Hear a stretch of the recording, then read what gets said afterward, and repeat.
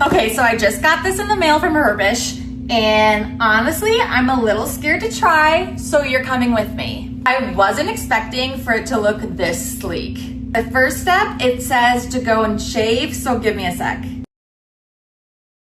Oh, this is the sapphire cooling tip. Now let's assemble. Put this into here, this into here, and this into the wall. Okay, now the next step says we just turn it on. Okay, so it starts at the lowest intensity level, and then we can just go up from there. So that up there shows the intensity, and making it go up.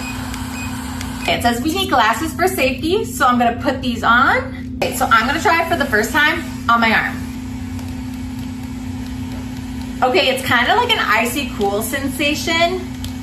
And honestly, it's not that hard. It's a lot easier than I thought it would be. Okay, no burning, no stinging. That was a lot simpler than I thought it would be. If you were nervous like I was, just follow step by step the instructions and you'll be fine.